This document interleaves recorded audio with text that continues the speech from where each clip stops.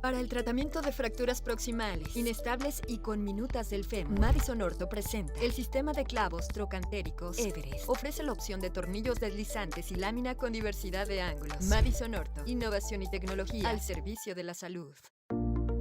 Euflexa, ácido hialurónico de tercera generación, rápido y eficaz.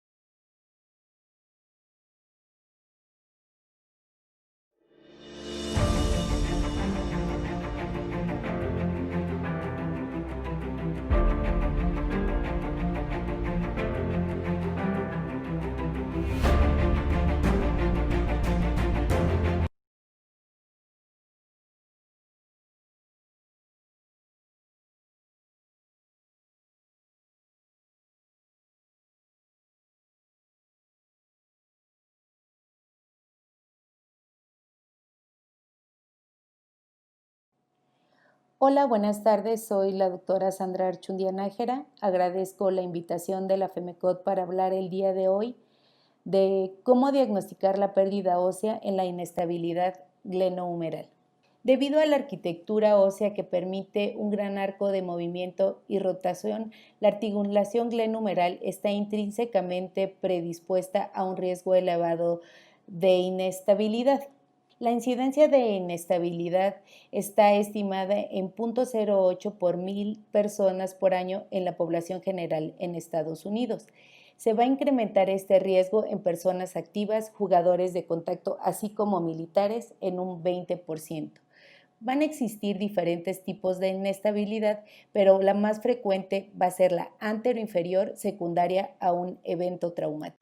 La luxación anterior va a ser el resultado de la combinación de fuerzas en rotación externa y traslación anterior que van a superar las restricciones internas y nos da como resultado la compresión posterolateral de la cabeza humeral en el reborde glenoideo.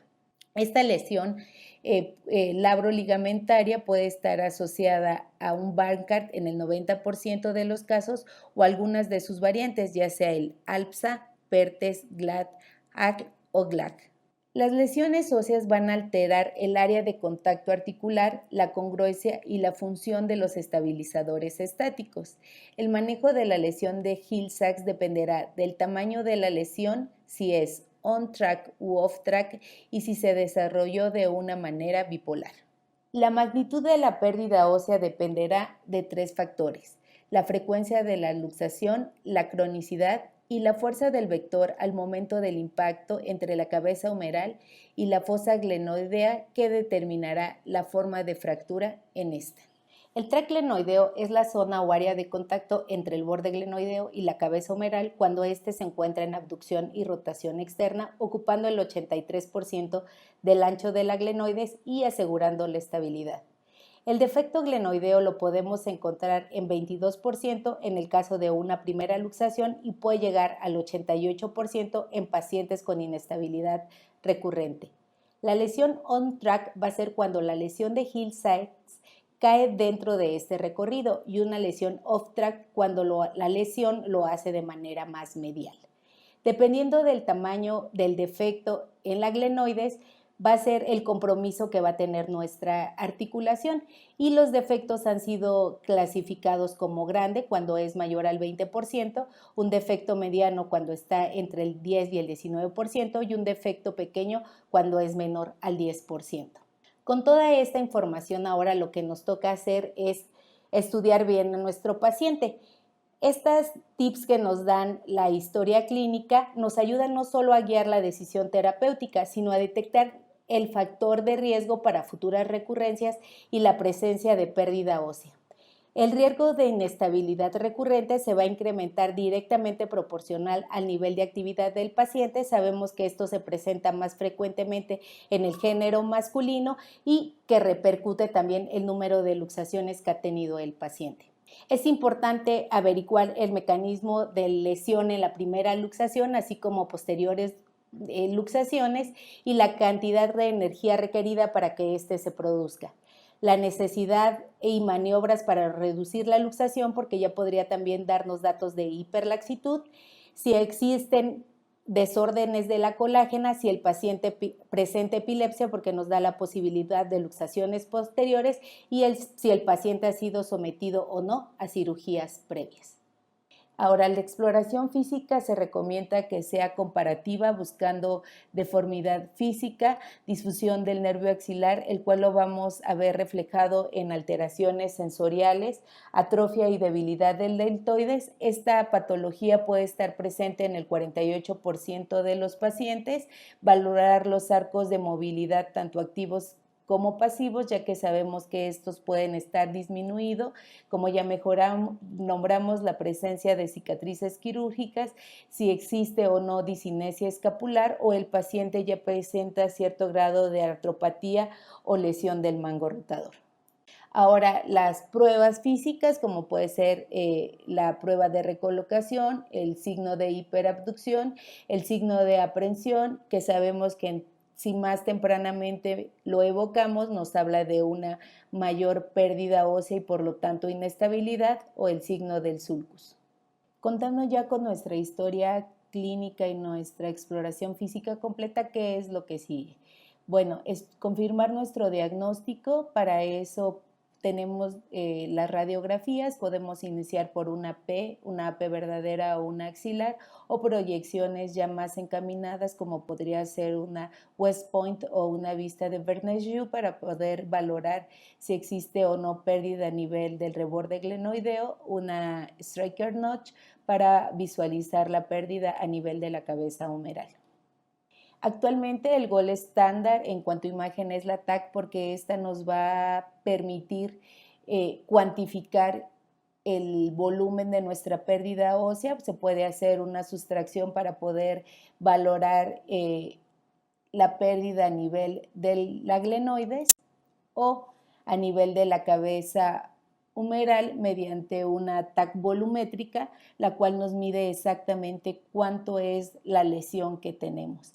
Ya que contamos con estas dos primeras estudios de imagen, podemos avanzar hacia el tercero, sería la resonancia magnética, la cual nos va a dar la capacidad de valorar partes blandas y óseas. No exponemos al paciente a radiación, y los factores que limitan su precisión puede ser la inclinación escapular, y es difícil poder valorar la visualización del borde glenoideo. Sin embargo, si se tiene un adecuado contacto con el departamento de imagen, podemos lograr series como la que vimos, en la cual el paciente se mantiene en abducción y rotación externa y nos permite visualizar perfectamente las estructuras.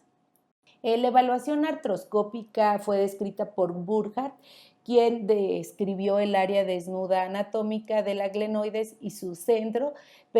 Normalmente se usa el portal posterior estándar para realizar esta medición, se hace esta fórmula matemática y solamente lo que nos permite es confirmar lo que nosotros ya habíamos pensado, que la pérdida ósea es de tal o cual tamaño y que la decisión terapéutica que nosotros hemos tomado es la correcta. ¿A qué nos lleva esto? Bueno, a la necesidad de planear nosotros prequirúrgicamente si el paciente requiere de una aumentación ósea. Existen criterios absolutos y relativos en cuanto a nivel de la cabeza. Dentro de los absolutos tenemos una fractura humeral desplazada, una fractura luxación asociada con una lesión de Hill-Sachs y una lesión mayor del 30 al 40% de la cabeza humeral con luxación crónica o inestabilidad anterior recurrente. Relativa cuando la lesión on-track es mayor del 20 al 25% de la cabeza humeral o una lesión mayor del 10 al 25% que no permanece centrada en la fosa y o posterior a una reparación artroscópica. Dentro de la pérdida ósea a nivel glenoidea, pues como criterio absoluto, pacientes activos con pérdidas mayores al 30% y relativa con pacientes entre 25 y 30 años de edad con actividades por arriba de la cabeza y con pérdida entre el 25 y el 30%. Por último, llegamos a estos 4 posibles escenarios a nivel de la pérdida ósea a nivel glenoideo. Cuando es menor del 13.5% podemos optar por una reparación artroscópica con o sin remplissage. Cuando es del 13.5 al 17.3% y ella es una lesión off-track, podemos optar por un Latarjet o un Bankart con remplissage. Cuando es entre el 17.3 y el 20%, una opción podría ser Latarjet. Y cuando es mayor al 20%, un injerto de cresta ilíaca o tibia distal si el defecto es mayor al 40%, o Latarjet si es menor al 40%. Agradezco a la FEMECOT por su invitación y a ustedes por su presencia. Muchas gracias. Continuando con el bloque, vamos a hablar acerca de algunas técnicas que son poco comunes para el manejo de ciertos aspectos de la inestabilidad glenohumeral. Cuando hablamos de la inestabilidad glenohumeral es importante saber reconocer todas las causas que pueden contribuir a tener un hombro inestable, ya sea la parte de la pérdida ósea humeral, la parte de los tejidos blandos o la parte de la pérdida ósea glenoidea. Todas ellas van a ser una combinación de factores que vamos a tener que utilizar para llegar a un diagnóstico preciso y dar un mejor tratamiento a nuestro paciente. Una de las técnicas que se ha descrito y que se utiliza no muy difundidamente es la ligamentoplastia de refuerzo, y cuando hablamos de los ligamentos a nivel del complejo cápsulo-labral del húmero vamos a ver que son muy difíciles de observar, incluso con una resonancia, con un corte a nivel de la cápsula. Si hacemos una resonancia también es difícil de observarlos, pero en el artículo de MoMA realmente cuando hace una disección de la cápsula articular nos percatamos que justo en la unión de la cápsula anterior con la cápsula inferior, donde realmente tenemos el efecto de la hamaca y tenemos los ligamentos glenohumerales inferiores, vamos a ver que es una zona que generalmente puede tener una estructura que parece cuerda, que es más gruesa, que corresponde al ligamento glenohumeral inferior, pero también hay ciertas variantes anatómicas que vemos que no se observa esta imagen o esta característica del mismo ligamento. Y esto nos hace llevar a pensar qué tan importante o qué tan fácil es hacer una ligamentoplastia. El que lo publicó primero fue el Dr. Gali en el 48, con 175 casos, 5 recurrencias con unos muy buenos resultados basados en los trabajos previos de Bankart publicados en el 23 y en el 38. La técnica de Gali utilizaba túneles transóseos para la fijación del injerto de fascia lata que nos permitía reconstruir los complejos cápsulo-ligamentarios. Uno de los doctores que publicó más acerca de eso fue el doctor Richard Kaspari, cuando habló acerca del reforzamiento de la reparación de Bankart con un injerto de fascia lata con buenos resultados. Y últimamente, hasta en el 95, fue cuando la publicación donde se habla de la utilización de un injerto sintético por el doctor Sánchez publicó el resultado en 110 casos y hablaba mucho acerca de la importancia de lograr una tensión adecuada en el complejo cápsulo ligamentario anteroinferior y hacía énfasis en que esta se trataba de una reparación extraarticular de reforzamiento. Y cuando hablamos acerca de por qué utilizaba un injerto sintético, debido a la baja morbilidad de esto, que no teníamos que tomarlo, y con una adecuada fuerza tensil se lograba hacer un buen resultado funcional, y él utilizaba el injerto sintético desarrollado por la Universidad de Leeds y la Universidad de Keio, que originalmente fue diseñado para un manejo de las lesiones del cruzado anterior, un tipo de poliéster muy especializado con la característica del tamaño de micrómetros para ser un inductor de tejidos. Sin embargo, el artículo que es muy interesante es este que habla del doctor Paul Galanot, donde sentaba las bases anatómicas de dónde debería ser la colocación, por dónde debería pasar este injerto, para que al momento de que el paciente llegara en una abducción y rotación externa se tensara y hiciera el efecto de la tensión anterior que mantuviera la articulación en su lugar y estable. Posteriormente, la técnica de la que vamos a hablar es la técnica del remplissage, que es una técnica más difundida que la mayoría de ustedes están familiarizadas con, y habla acerca del manejo de la pérdida ósea humeral, que de acuerdo a las lesiones de qué tan grande o la magnitud de la misma podían ser descritas como enganchantes o no enganchantes, sobre todo en este artículo publicado de Burkhardt en el 2000, que no hablaba tanto de las pérdidas biporales, no hablaba acerca del glenoid tract, sino se enfocaba básicamente si enganchaba o no enganchaba la lesión. Posteriormente, en 2004, Eugene Wolf publica una serie de 14 casos donde dice que convierte el defecto que es intraarticular al nivel de la cabeza humeral en un defecto extraarticular, utilizando un ancla y adosando la cápsula al defecto óseo, y eso le permitía hacer un rellenado, por lo mismo se llama la técnica de remplissage o rellenar en francés, que les permitía evitar que la parte donde estaba el defecto llegara al borde anterior del glenoides y por ende ayudara a contribuir a la estabilización de la misma articulación, siempre y cuando se hiciera una reparación de Bankart en la parte anterior y aquel paciente no tuviera una pérdida significativa en el contorno anterior de la cavidad glenoidea, que podía ser una lesión más inestable. Se ha hablado mucho acerca de qué tanto rango de movimiento pierden los pacientes a los cuales son sometidos a un remplissage más un Bankart, y sí, definitivamente en este artículo del Kinson se ve que sí tiene una pérdida de movimiento significativa. Sin embargo, cuando la pérdida humeral es de más del 30%, la ganancia en estabilidad es significativamente importante, por lo cual podemos prescindir de cierto grado de movimiento por un hombro más estable. Hay que tomar especial cuidado solamente con son lanzadores. Y en este artículo de revisión del grupo de William Levine habla que realmente la mayoría de los artículos tienen buenos resultantes, excelentes resultados. Ninguno tiene una pérdida significativa del rango de movimiento, y dice que es una técnica muy buena, que tiene baja morbilidad, menos complicaciones.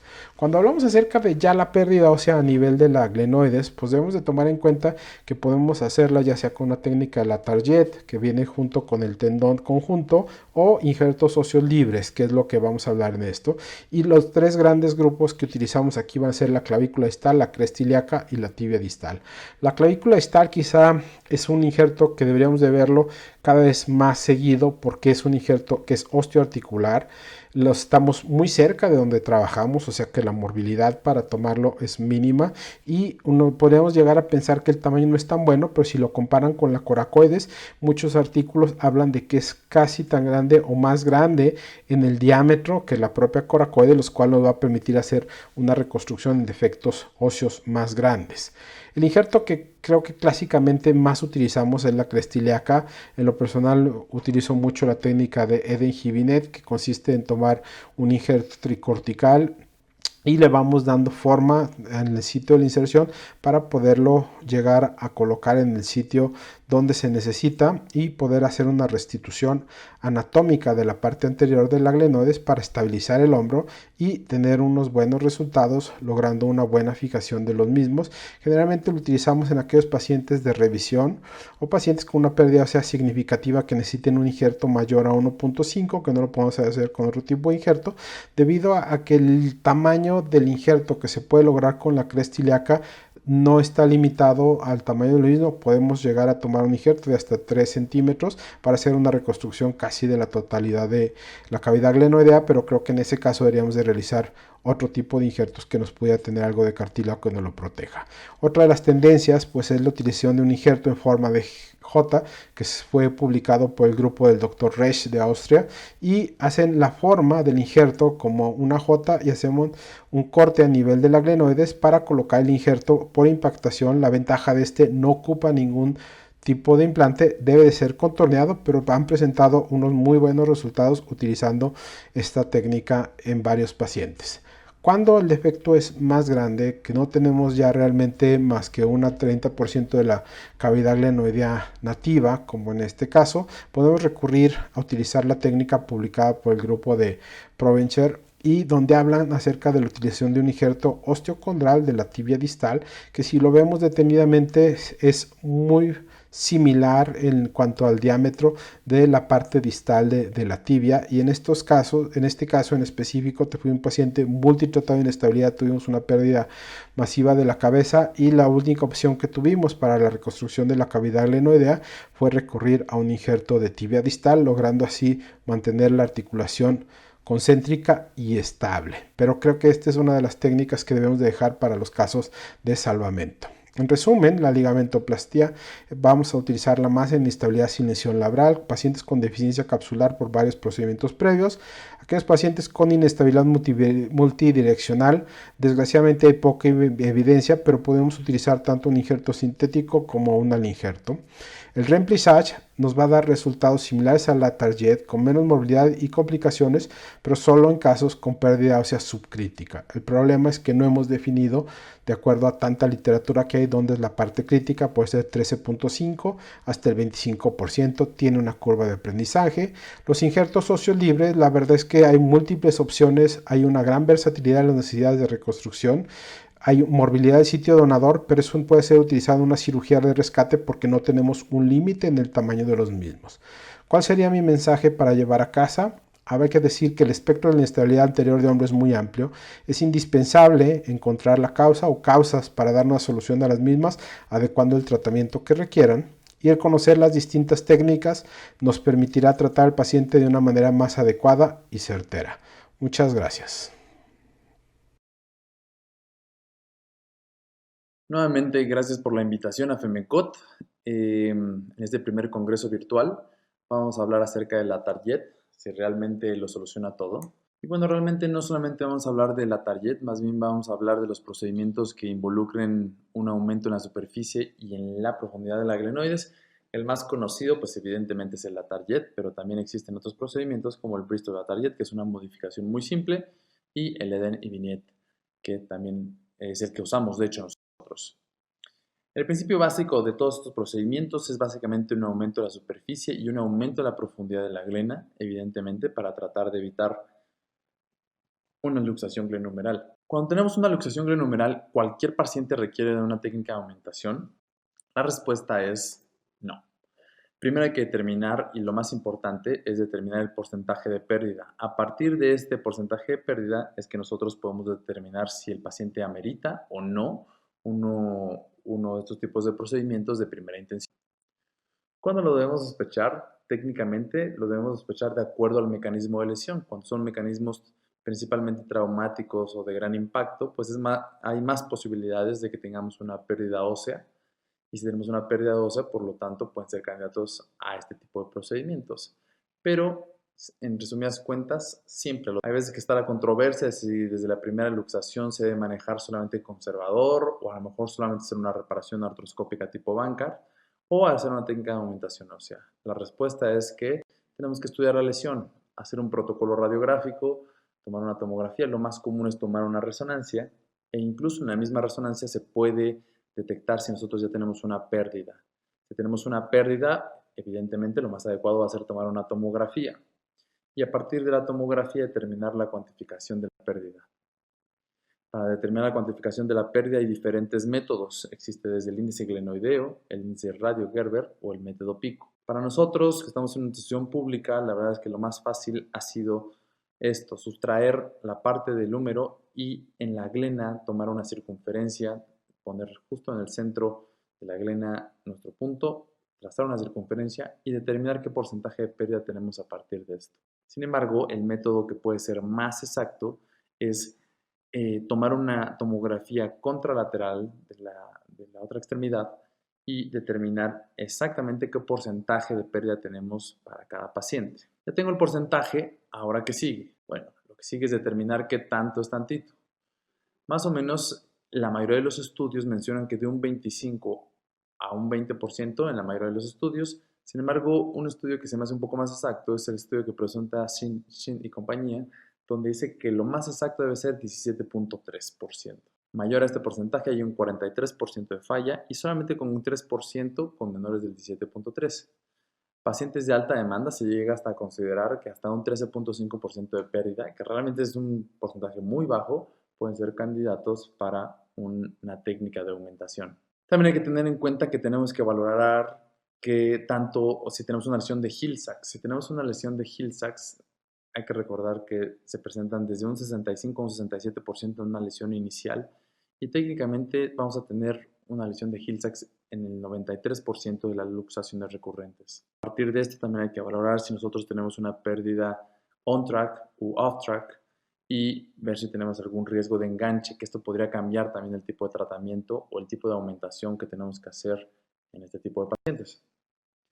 Si nosotros tenemos una pérdida de la glena, así es como quedaríamos. Si tenemos menos de un 13.5% de pérdida, técnicamente podemos hacer una reparación tipo Bankart con la técnica que nosotros queramos realizar o el material que queramos realizar.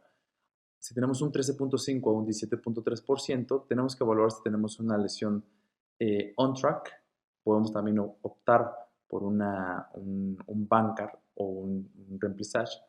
Y si tenemos una lesión tipo off-track, también podemos optar ya por un Latarjet o realizar también un Bankart más un remplissage. Si nosotros tenemos de un 17.3 a un 20% de pérdida de ósea, ya tenemos que realizar un tratamiento de aumentación, como es el caso de la Latarjet. Y de un 20 a un 25%, pues técnicamente ya son pérdidas que se pueden realizar con técnicas de injerto de cresta ilíaca o de tibia. ¿Quiénes, a pesar de que nosotros tengamos una pérdida, no son candidatos para este tipo de procedimientos? Bueno, lo más común es que si tenemos una lesión masiva del manguito rotador, en lugar de hacer una técnica de aumentación, probablemente esté mejor indicado realizar una artroplastia total de hombro. Sin embargo, Walsh y compañía también mencionan que si nosotros tenemos una lesión parcial del manguito rotador, lo mejor es hacer una reparación tipo Latarjet y una reparación del manguito, pero una reparación abierta. Cuando tenemos mayores de 50 años, realmente es una contraindicación relativa, ya que en este tipo de pacientes pueden pasar dos cosas. Uno es que el contacto constante del injerto con la cabeza humeral lleve a osteonecrosis y hay una falla, o que tenga una subluxación de la cabeza humeral, principalmente por falta de flexibilidad del subescapular. Sin embargo, hay que personalizar en este tipo de pacientes, ya que, por ejemplo, ella es una enfermera mayor de 50 años y tuvo una muy buena evolución con este tipo de procedimientos. A ver, vamos a levantar.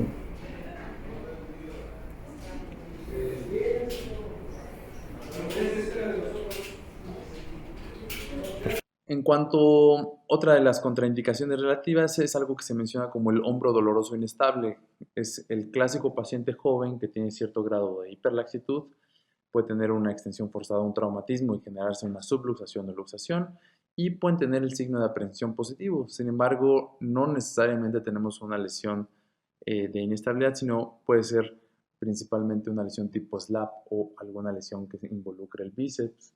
Otras contraindicaciones pueden ser pacientes que tengan luxaciones o subluxaciones voluntarias, que son estos pacientes con algún tipo de trastorno psiquiátrico. Epilepsia no controlada, recordando que este tipo de procedimientos, más bien que en epilepsia tenemos principalmente luxaciones de tipo posterior. Cuando nosotros tenemos una luxación protésica, lo más adecuado es revisar los componentes, la colocación de los componentes, más que realizar una técnica de aumentación. Y también cuando tenemos una subluxación inferior traumática está contraindicado. Técnicas, la más común, la Latarjet, otras, el Nivinet, que también es la que estamos realizando, tenemos muy buenos resultados. Al final de cuentas tenemos un mismo fin, que es recuperar el defecto. ¿Qué técnica es mejor? No es el tema de esta plática, cada una tiene pros y contras, la más común es la Target y sin embargo en los últimos estudios se ha demostrado que no hay una diferencia significativa en cuanto a los resultados. Complicaciones de todas, pues se presenta 15% aproximadamente, que es un porcentaje relativamente alto, pero está más relacionado que falla en las primeras ocasiones en la curva de aprendizajes, que es cuando tenemos más fallas. Estas fallas pueden ser principalmente por la localización de los tornillos, que nos queden intraarticulares o que nos queden demasiado bajos y no tengamos un buen efecto. La complicación más frecuente y más reportada es la artrosis. ¿De qué va a depender de que se genere? Uno, evidentemente si tenemos una artrosis preexistente, si tenemos la edad del primer episodio, no va a ser lo mismo que el primer episodio se haya presentado a los 20 que a los 60 años. Un retraso en la rehabilitación, el tamaño o el acompañamiento de las lesiones de Hill-Sachs y evidentemente deportes que tengan alta demanda. Otros que pueden estar contraindicaciones relativas pues son infección, hombre congelado, formación de hematoma, implantes sintomáticos. Esto sí se nos ha presentado de que algunos pacientes sí tienen la sensación de que tienen el implante, una fractura no unión de la coracoides, que eso también es relativamente frecuente, y complicaciones neurológicas en el caso de que nos metamos o que más bien que medialicemos demasiado en nuestra disección de la glena hacia medial. Sin embargo, la verdad es que son complicaciones que se pueden presentar en un porcentaje muy bajo. Y al final, los resultados son bastante buenos para los pacientes y tenemos muy buenos resultados al final de cuentas con todos estos pacientes. Lo que pasa es que se me luxaba al hacer este tipo de movimientos. Y o sea, me jalaba o me sacaba un suéter, se me luxaba. Y ahorita ya me lo dejo así un ratito, no me duele, pero no se me luxa, no siento el dolor. ¿Te sientes con más seguridad ahora? Sí. Perfecto, gracias. En conclusión, ¿las aumentaciones óseas son la solución a todo? No. Hay que evaluar los porcentajes de pérdida y determinar necesidades especiales de cada paciente. Muchas gracias y nuevamente muchas gracias por la invitación. Buenas tardes, agradezco la invitación al comité organizador y a ustedes por su presencia. Así como el rodete glenoideo anterior suele lesionarse, de igual manera suele ocurrir con el labrum posterior. Este puede presentarse de manera aislada o asociada a lesiones del rodete glenoideo anterior. En cuanto a los mecanismos de lesión más frecuente, tenemos en primer lugar al microtrauma repetitivo al complejo capsulolabral posterior. En segundo lugar, un accidente que condiciona una fuerza posterior con el brazo en posición de flexión de 90 grados, aducción y rotación interna. Y recordemos que una retroversión mayor a 17 grados aumenta el riesgo 6 veces comparado con una persona con una retroversión de 7 grados. Deportes de riesgo para ellos son el fortalecimiento de pecho, tackles defensivos en el fútbol americano y el síndrome del bateador, en el cual, en el momento que éste no acierta el contacto con la pelota, pone en tensión al complejo labral posterior del hombro. El cuadro clínico suele ser un dolor vago e inespecífico en la región posterior del hombro. Este se desencadena con actividades muy específicas y muchos de ellos refieren un chasquido al movilizar el hombro. Los atletas, su principal queja es dolor al lanzar y pueden o no asociarse a inestabilidad glenumeral posterior. Las 4 maniobras características son el test de aprehensión posterior, en el que el paciente siente que se le luxa o subluxa el hombro, la prueba de carga y rotación posterior, la prueba de Jerk, la cual es patognomónica para lesiones del labrum posterior, así como la de Kim, que es descrita para lesiones del labrum postero inferior. La prueba de Jerk se realiza con el paciente con el hombro en posición de abducción de 90 grados, rotación interna máxima, mientras que el explorador realiza una carga axial y aducimos el hombro. Si percibimos un chasquido al realizar ese movimiento, indica una subluxación del húmero sobre la glenoides posterior. En la maniobra de Kim, lo que nosotros hacemos es abducimos el hombro 90 grados, lo elevamos 45 grados de manera adicional y aplicamos una fuerza en sentido posterior inferior. Es positiva si el paciente refiere dolor. podemos encontrar lesiones labrales posteriores como pueden ser el Bankart reverso, la lesión de Polpsa o la lesión de Kim. En el Bankart reverso, el paciente suele asociarse a episodios de inestabilidad posterior y hay un desprendimiento completo del labrum posterior. Pueden asociarse a lesiones reversas de Hill-Sachs, las lesiones de Bankart reverso.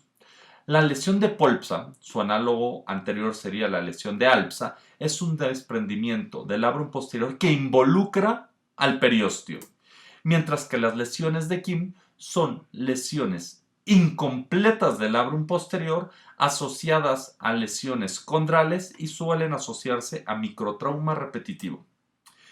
Cuando presentamos este tipo de lesiones tenemos que saber qué alternativas quirúrgicas se han descrito y cuáles podemos utilizar. Desde el año 1952, el Dr. McLaughlin describió el realizar una aplicatura del subescapular sobre el defecto del Hill-Sachs reverso.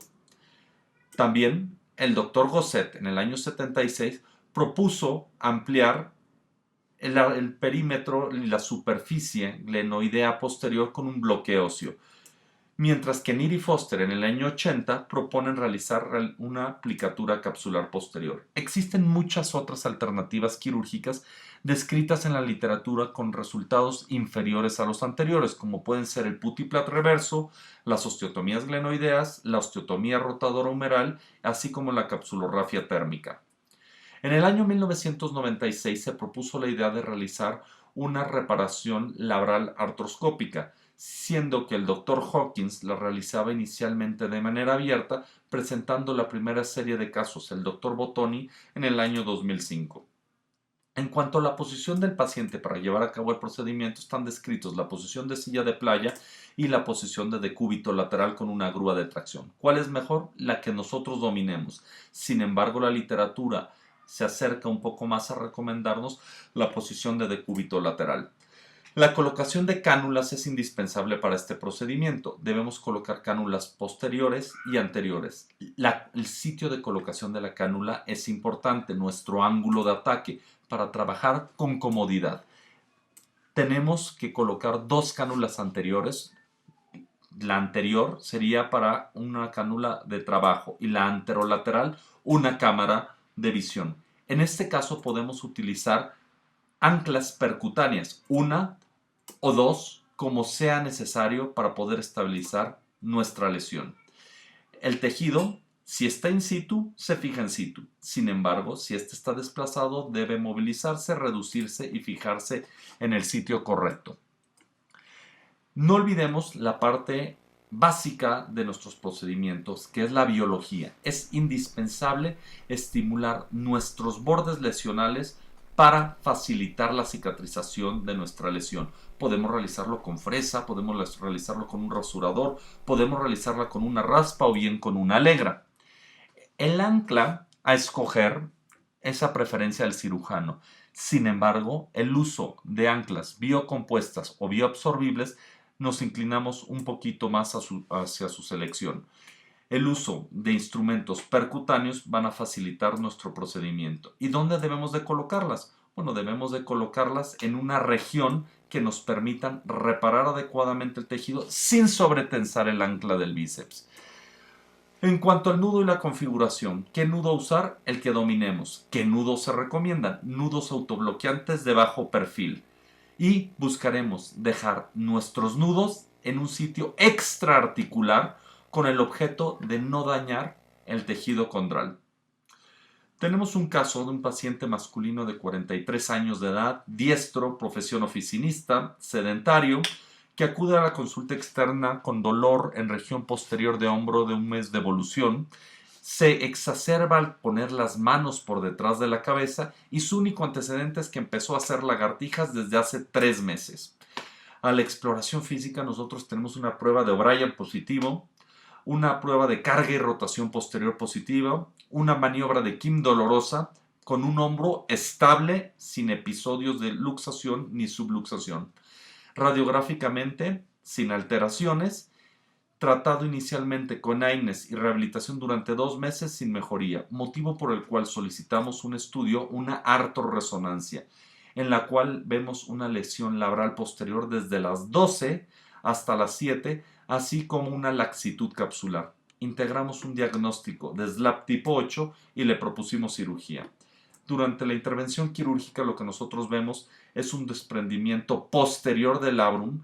Iniciamos con radiofrecuencia para estabilizar nuestros bordes y delimitar bien nuestra lesión.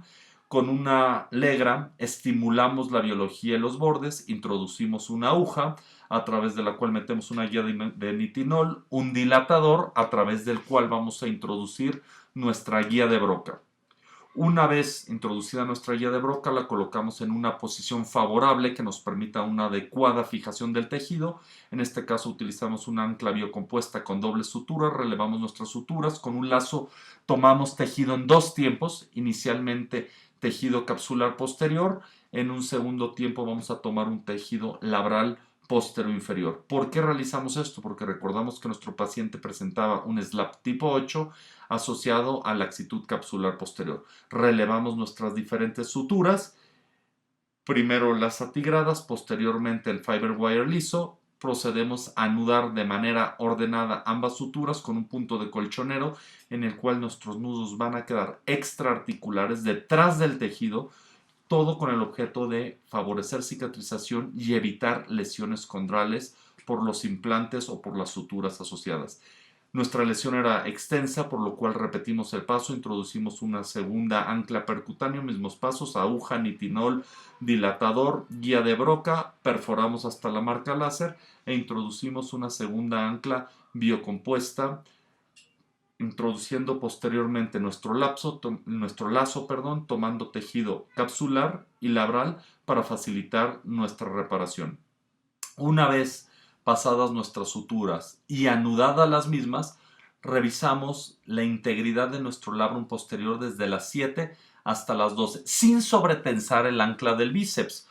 ¿Por qué? Porque aunque nuestro paciente no era un atleta de alto rendimiento, queríamos conservar sus arcos de movilidad.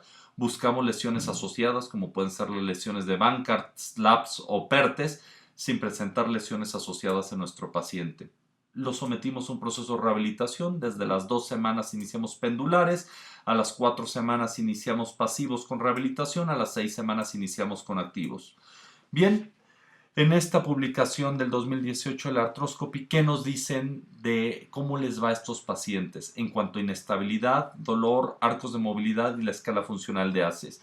Ya sean atletas de alto rendimiento o no atletas de alto rendimiento, lanzadores específicamente. Ambos grupos mejoraron. Sin embargo, los no lanzadores cumplieron mejor sus expectativas, teniendo un mejor regreso funcional a sus actividades diarias. Y esto es un breve resumen. Agradezco a todos su atención y muy buena tarde.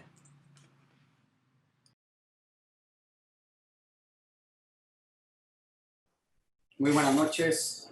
Muchas gracias a la audiencia por estar aquí presente. Gracias a la FEMECOT por organizar este seminario tan interesante. Tenemos un panel de expertos muy importante que queremos aprovechar. Vimos unas pláticas muy importantes. Y me gustaría hacer algunas preguntas a todos los participantes para tratar de dejarle algunos tips en casa a los que nos están escuchando. Si bien todos coincidieron en que es un espectro muy amplio que nos da la inestabilidad en hombro, con defectos en glenoides, con defectos en cabeza humeral, que tenemos que cuantificarlos y que un procedimiento no es mejor que otro, sino debemos individualizarlo. También sabemos que hay una tendencia europea, una tendencia americana, y me gustaría saber quién de los panelistas utiliza de forma rutinaria como una herramienta diagnóstica o como una herramienta para una toma de decisión el EASI Score. Doctor Iramuro. Yo, dentro de la parte institucional, la verdad es que es una herramienta que es un ejercicio clínico que hago con los fellows de utilizar el EASI Score. La verdad es que quizá en algunas cosas no esté tan de acuerdo con la puntuación que dé, pero creo que como parte de la escuela de desarrollar la casuística y llevar a los muchachos a que tomen una decisión más acertada, el EASI Score funciona bastante bien. Desgraciadamente ahí malinterpretamos la parte abierta a la parte artroscópica, la parte artroscópica de si necesitamos hacer un lateral jet, y creo que ahí es donde se debe de afinar un poquito más la parte del ISIS. Doctor Sario. Yo coincido como academia sí lo utilizamos, pero bueno, este año el doctor Di Giacomo hizo una publicación en la que nuevamente hace más énfasis en el concepto de glenoid tract, comparando en su artículo qué porcentaje de pacientes con la escala de ISIS le tenían que hacer un lateral jet versus qué porcentaje de pacientes con la escala del glenoid tract acababan en lateral jet, ¿no? Y lo que concluye Di Giacomo es que si nosotros nos basamos en el glenoid tract, vamos a hacer más artroscopía y menos bloques óseos. Entonces son dos escalas muy buenas que se pueden complementar, pero yo creo que son académicas, pero hay que tener un criterio al final y hacer el procedimiento que más le vaya a beneficiar a nuestros pacientes. Bien. Yo coincido con ambos, sin embargo, yo creo que si hacemos uso de esa escala como lo hace la tendencia europea, pues prácticamente a todos nuestros pacientes le estaríamos haciendo un lateral jet, porque nuestra medicina aquí en México, el paciente no nos llega en su primer evento, a la mayoría de nosotros nos llegan cuando ya tuvieron más eventos, y si sacamos ese puntaje, pues creo que estaríamos haciendo mucho menos de lo que deberíamos. Ahora, aterrizándolo igual, perdón, doctor. Fíjate que está muy interesante el comentario de lo que nos decía Cesario. Yo coincido con el doctor Giacomo, lo que te dice es, usa el ISIS, nada más que en vez de que te bases nada más en la radiografía, usa el glenoid tract. Y entonces si tú los combinas y de hecho te da la puntuación y te dice, si tienes un off track, ya tuviste 4 puntos y ya tienes una probabilidad muy alta de fracaso en la reparación de Bankart. Entonces sí piensa en un bloque, pero si estás dentro de esos 4 puntos o menos, tienes mucha posibilidad de un éxito en la reparación de Bankart y vas a disminuir esa sobreoferta de lateral jet que estamos teniendo. Yo creo que por eso la combinación que nos recomienda ya como es muy válida, ¿no? Vale la pena. Claro, se me adelantó un poquito, a eso iba. Yo creo que la siguiente pregunta sería, ¿hay alguien que no utilice la clasificación de Di Giacomo, que se vaya más por el porcentaje de pérdida que por si engancha o no engancha? ¿O todos coincidimos que debemos valorar el on-track, off-track? Yo creo que un punto bastante importante siempre es valorar el on-track y el off-track, pero creo que si nos vamos directamente a valorar el porcentaje de pérdida, creo que puede ser nuestro mejor indicador para saber si vamos a tener éxito con una cirugía tipo lateral jet o simplemente con una reparación tipo artroscópica. Entonces yo sí me iría principalmente por el porcentaje de pérdida. Yo coincido con Octavio y la pregunta va un poquito más aterrizada a nuestra realidad. Como él dijo en su plática en institución, pues no todos tienen herramientas para hacer una valoración on-track, off-track, y nos tenemos que basar mucho en lo que es la pérdida ósea, ¿no? Entonces, yo creo que debemos individualizar cada caso, pero es un tema que si lo desmenuzamos podemos discutir por individual cada uno en un módulo. Doctor Iramuro, respecto a la ligamentoplastia, ¿hasta qué porcentaje de pérdida ósea usted se las ofrece al paciente? Y si tiene usted algo de experiencia en la utilización del tendón de la porción larga del bíceps como una estabilización dinámica, que lo describe el doctor Lederman. Fíjate que la parte de la teoría de Alex Lederman, la verdad es que es muy interesante la técnica que está desarrollando. Quizá es una herramienta que debemos de empezar a explorar más. Pero para hacer la ligamentoplastia, realmente creo que debe ser en pacientes que no tengan pérdida ósea, que tengan una inestabilidad multidireccional, que no haya un elemento mecánico que tú digas, híjole, trae una lesión de Bankart y es por lo que está haciendo. Es cuando quizá es un paciente que no va a requerir ni un bloque óseo, ni un replissage, ni una aplicatura cápsula labral, que tienes una deficiencia. Creo que es el punto donde la ligamentoplastia tiene un papel. Por eso, si se pone a revisar la literatura es así, la ligamentoplastia no ha tenido un boom, pero creo que las indicaciones son muy, muy limitadas, pero definitivamente creo que lo que debemos de explorar más es la técnica de Laderman, que me parece muy buena como una aumentación en conjunto con un Bankart para una lesión pura de tejidos blandos. Así es, ¿no? Es muy interesante. Tenemos el tendón del bíceps ahí a un lado, no tenemos que hacer uso de material sintético. Sin embargo, yo he hecho ligamentoplastia y lo he dejado para pacientes que tienen alto riesgo de volverse a reluxar sin pérdidas óseas, ¿no? Doctor Trueba, en cuanto a la inestabilidad posterior, que es pues, un patrón de inestabilidad mucho más raro, cuando haces tu reparación del labrum posterior, un tema que está en discusión es el cierre del intervalo de los rotadores. ¿Tú lo haces sistemáticamente? ¿Se lo haces a algún paciente en específico? ¿Cuál es tu experiencia en esto?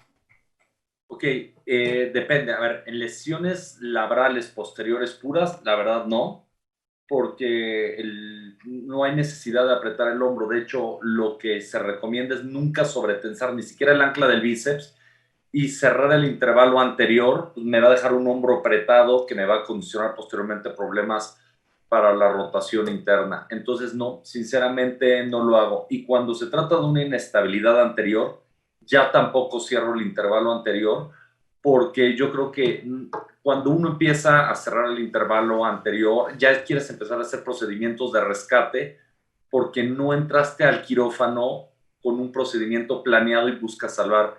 Entonces, yo creo que sí me estoy guiando yo mucho por, a ver, los candidatos a reparación de Bankart, pues puro Bankart anterior.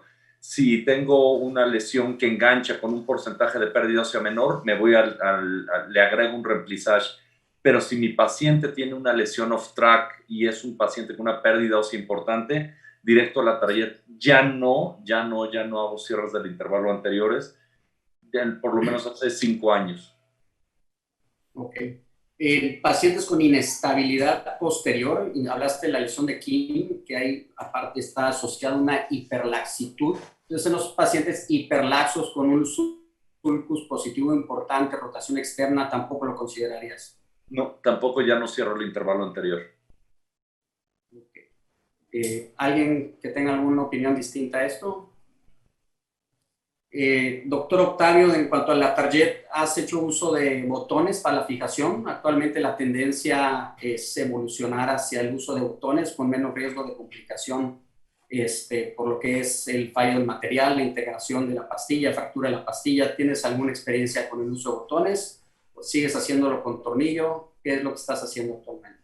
No, hasta ahorita la verdad es que yo no tengo ninguna experiencia con el uso de algún tipo de botón. Todo lo estamos haciendo con tornillos canulados, como es la técnica tradicional. Sí he visto que hay una tendencia a empezar a usar este tipo de técnicas. También he visto que la curva de aprendizaje es más larga, por lo mismo de que es más difícil calcular hasta qué punto colocar el botón, pero no, hasta el momento no tengo la experiencia con botones, solo con tornillos canulados. ¿Alguno de los panelistas tiene experiencia con uso de botones? ¿Seguimos todos con tornillos? Tornillos. Seguimos con tornillos. Muy bien, coincido. ¿Algún comentario extra que quiera agregar a alguien respecto a la target?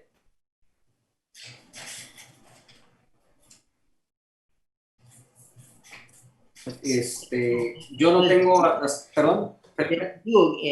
Comentario es de que yo creo que importantísimo es de que el sistema que utilices tenga una buena interferencia, que tenga un buen contacto, te asegures una buena superficie de contacto. Yo creo que eso es indispensable, indiscutiblemente, de qué sistema utilices, ¿no? Y lo segundo es de que no vayas a quedarte muy saltado y comienzas a generar una artrosis temprana por una mala colocación. Teniendo eso en cuenta, cualquier sistema que utilices, ¿no? Claro. De hecho, yo creo que lo principal que debemos transmitir a la audiencia es el procedimiento indicado en el paciente indicado, ¿no? Si bien la tarjeta ha funcionado durante muchísimos años y ha sido bien demostrado, como usted dice, haciendo una técnica adecuada al paciente le debe ir bien. Creo que estamos más acostumbrados a la tendencia americana nosotros, a irnos por lo artroscópico, a irnos por el Bankart, por el remplissage. Pero también tenemos que saber que cuando el paciente no es candidato a ello, pues debemos evolucionar hacia hacia otros procedimientos, ¿no? En cuanto a los injertos libres, nosotros no tenemos mucha experiencia aquí en Cancún, se nos hace muy difícil el acceso a los bancos. No sé, ahí en las ciudades grandes, quién tenga un poquito más de experiencia. Nosotros hemos hecho un trabajo, de hecho la mayoría de los procedimientos que estamos haciendo lo estamos haciendo con injertos cadavéricos, simulando al Edén y Vignette, pero en lugar de tomar la cresta, pues nos evitamos ese procedimiento y lo hacemos directamente con el injerto cadavérico y hemos tenido buenos resultados. Nos falta medir un poco la integración, digo, no creemos que vaya a tener una gran integración, sino más bien la reabsorción del injerto o la pérdida del injerto que se vaya a tener en un lapso más prolongado, pero hasta ahorita los resultados funcionales han sido bastante buenos. El injerto osteoarticular realmente es difícil que el banco te preserve en una tibia distal. Ese paciente estuvo esperando como 3 meses hasta que me hablaron que iba a haber procuración para programarlo y que se esperara los 15 días de las pruebas, que salieran negativas para poderlo hacer, porque aparte podrían darte la tibia distal, pero va a ser congelado, no va a ser con injerto osteoarticular. Creo que ahí sí tenemos que evolucionar un poquito mejor hacia un mejor banco de órganos, de huesos y tejidos. Claro, y aterrizar un poco la realidad de la medicina, de nuestra medicina en México, ¿no? Ya, independientemente que sea en una institución o en medicina privada, el acceso no es nada económico y pues tenemos que considerar utilizar injertos del propio paciente, ¿no? Y la Target creo que sigue siendo una de las herramientas más importantes porque es la que nos da, pues aumenta la superficie, nos da el efecto de hamaca que buscamos contra los injertos libres que nos aumentan superficie pero no nos dan la hamaca, y la ligamentoplastia nos da la hamaca pero no nos da la superficie. Entonces tenemos que aprender a jugar muy bien yo creo, con cada uno de los pacientes, ¿no? No sé qué opinan ustedes. Así es. No sé si tenga alguien un comentario extra, que nos quedan 2 minutos para salir de ahí. Perdón, sí, doctor. De lo que escuché, estoy oyendo a Cesario y para mí uno de los grandes avances es las anclas percutáneas que nos permiten accesar a lugares que antes no podíamos accesar con toda la tranquilidad. Yo creo que nos podrían comentar los panelistas algo sobre ellas, qué piensan, quién está utilizándolas, se sienten cómodos con las anclas normales. Pues mire, doctor Reyes, muchas gracias por la pregunta. Sinceramente, es una muy buena alternativa porque en la parte de atrás tenemos al nervio, ¿no? Entonces, el poder entrar de una manera roma y segura a la hora de también introducir una broca, yo creo que, la verdad, el principio más primordial en medicina es no dañar, ¿no? Claro. Entonces, el poder hacer un procedimiento de una manera más segura, yo creo que vale la pena. La tecnología nos favorece, nos ayuda en las cosas y le da más seguridad a nuestros pacientes. Y son muy sencillas de poner. Y muy exactas, ¿no? Exacto. A mí me gusta mucho para el ligamento inferior, en la parte posterior del ligamento. Y cuando tienes que meterte a las 7 de la tarde, es mucha la comodidad. Muy bien. Sí. ¿Tú, Fernando, cómo las estás utilizando? No, casi no utilizo esas.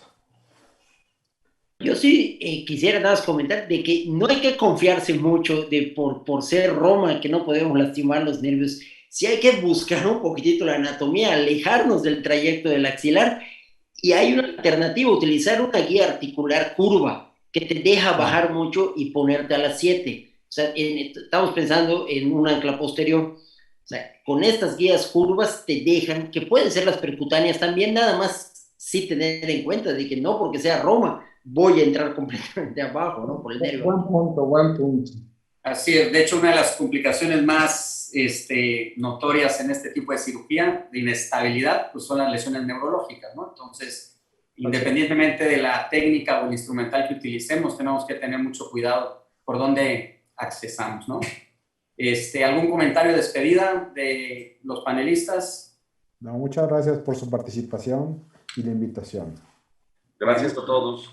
Gracias a todos. La verdad, excelente plática. Nos despedimos. Gracias a FEMECOT y esperamos vernos pronto. Muchísimas gracias a todos. Muy bien. Gracias a todos. Hasta luego. Gracias. Bonita tarde.